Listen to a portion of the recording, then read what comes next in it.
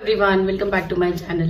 सबसे पहले मैं कहना चाहूंगी कि अगर आपको मेरे वीडियोस पसंद आते हैं तो प्लीज मेरे चैनल को सब्सक्राइब करें और इस ट्यूटो फैमिली का पार्ट बने। Thank you so much. तो चलिए वीडियो स्टार्ट करते हैं प्रेम रावत जी की बहुत ही इंपॉर्टेंट नॉलेज से। बुक में आगे गुरुजी बात करते हैं कि जब हम किसी सत्संग में जाते हैं, कुछ नया सीखते हैं, जैसे ही हम उस सत्संग से उठते हैं तो वापस से हम अपनी वही आदतें शुरू कर देते हैं। जब तक हम उन चीजों को अपने जीवन में नहीं अपनाते तब तक उसका कोई मोल नहीं है। हमारी लाइफ में कोई एक चीज खराब हो जाती है तो हमें वो ब्लैक बोर्ड जो काला है उस पर वही एक सफेद दाग नजर आता है, बाकी का ब्लैक बोर्ड हम देखते ही नहीं है। हमें लगता है कि सब खत्म हो गया। अगर हम लाइफ के किसी एक एस्पेक्ट में फेल हो जाएं तो पूरी लाइफ ही बेकार लगने लगती है। पर सच्चाई ये नहीं है। सच्चाई ये है कि वो चॉइस आपको बनानी है।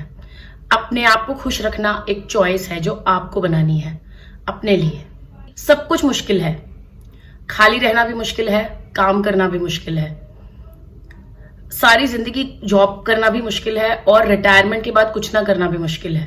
गरीबी में रहना मुश्किल है और अमीरी की अपनी अलग मुश्किलें हैं। ऐसे में खुश रहना हमारी एक चॉइस बन जाता है। जब हम वेट करते हैं कि हमारे आसपास का माहौल ठीक हो जाएगा तब हम खुश होंगे, तो ऐसा कभी नहीं होगा। कुछ ना कुछ हमेशा ऐसा जरूर होगा जो आपके मेंटल पीस को डिस्टर्ब करने की कोशिश करेगा। आपकी प्रैक्टिस, आपकी नॉलेज ही आपको उससे बचाएगी।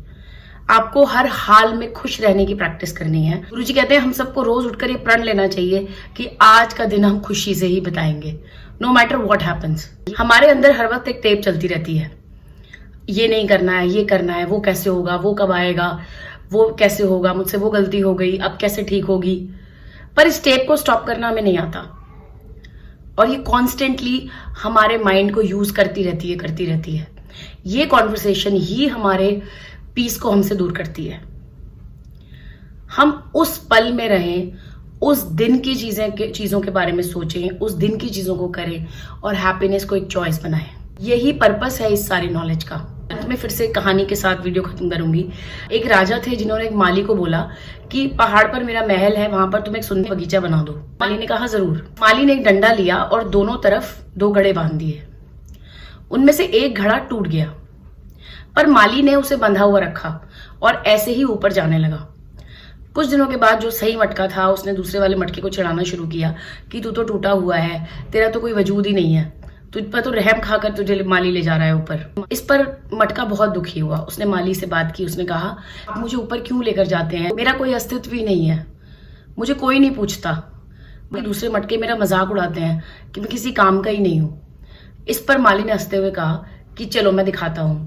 उस दिन माली ने वो पूरा रास्ता टूटे हुए घड़े को दिखाया और फिर बताया कि जो ये रास्ते में ये सारे फूल हैं ये सब तुम्हारी वजह से निकले हैं, क्योंकि जो पानी तुम्हारे अंदर से गिरता था पानी ने इस रास्ते को सींचा है। तो कभी भी ये ना सोचे कि हम किसी काम के नहीं है। कई बार ऐसा होता है कि हमारे आसपास के लोग हमें इतना ज्यादा डीमोटिवेट कर देते हैं, हमें ये फील कराते हैं कि हमारा कोई वजूद नहीं है।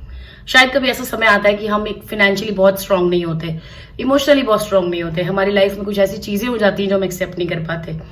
फिर भी अपनी वैल्यू को समझे। आप सबसे इंपॉर्टेंट हैं। आप जैसा कोई भी नहीं है दुनिया में जो बिल्कुल आपके जैसा हो, जिसकी आदतें आपकी जैसी हो, जिसकी सोच आपकी जैसी हो। हम सबको यूनिक बनाया गया है, किसी कारण से हम यहाँ पर आए हैं, बस उस कारण को समझने की जरूरत है। साथ मैं ये वीडियो यहीं पर खत्म करती हूँ। इस नॉलेज से मुझे बहुत हेल्प मिली है, इसीलिए मैं ये नॉलेज सब तक शेयर करना चाहती हूँ और शांति का अनुभव करें। अगले वीडियो में फिर किसी इंटरेस्टिंग टॉपिक के साथ आपसे जरूर मिलूंगी। तब तक के लिए अपना ध्यान रखिए।